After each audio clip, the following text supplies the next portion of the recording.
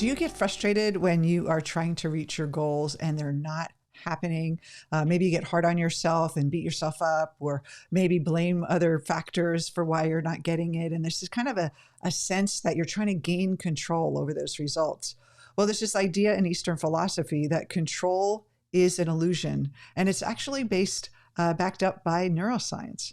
You see that our brain actually makes a decision approximately 8 to 10 seconds before we were conscious of it. So you know what that means? That means that our conditioned part of ourselves is actually making the decision, and our brain on a conscious level, our mind says, oh, I made that decision and that makes a lot of sense to me. It makes sense. And so we think we're in control of our decisions, but we're really not. And so one of the things that we can do is that since we can't control our decisions and we're riding this wave, what we can do is we can let go of our attachment to the results.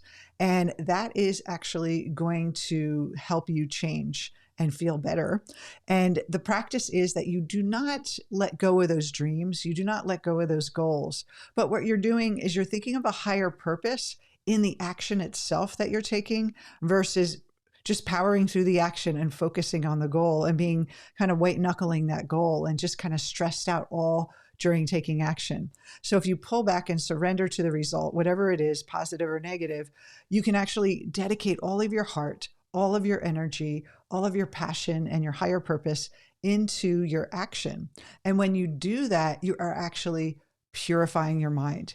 You're purifying your mind of that attachment, which is all the conditioning and all the brain activity is supporting, is this kind of conditioned response that we were programmed very early in our life and are continue to be programmed by our decisions and our reactions.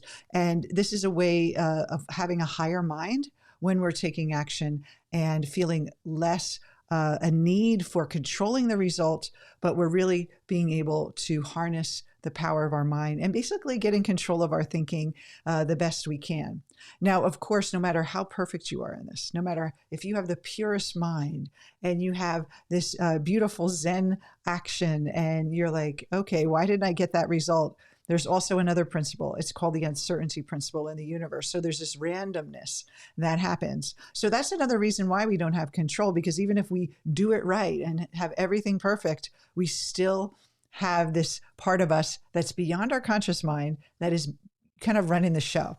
So in order for us to get more control of our life, of course, Carl Jung talks about individuation, which is making the unconscious conscious. And that's a beautiful step.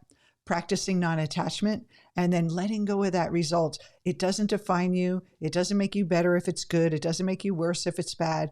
And really getting into your purpose as an action of itself. So every action becomes a success and the result is like the icing on the cake.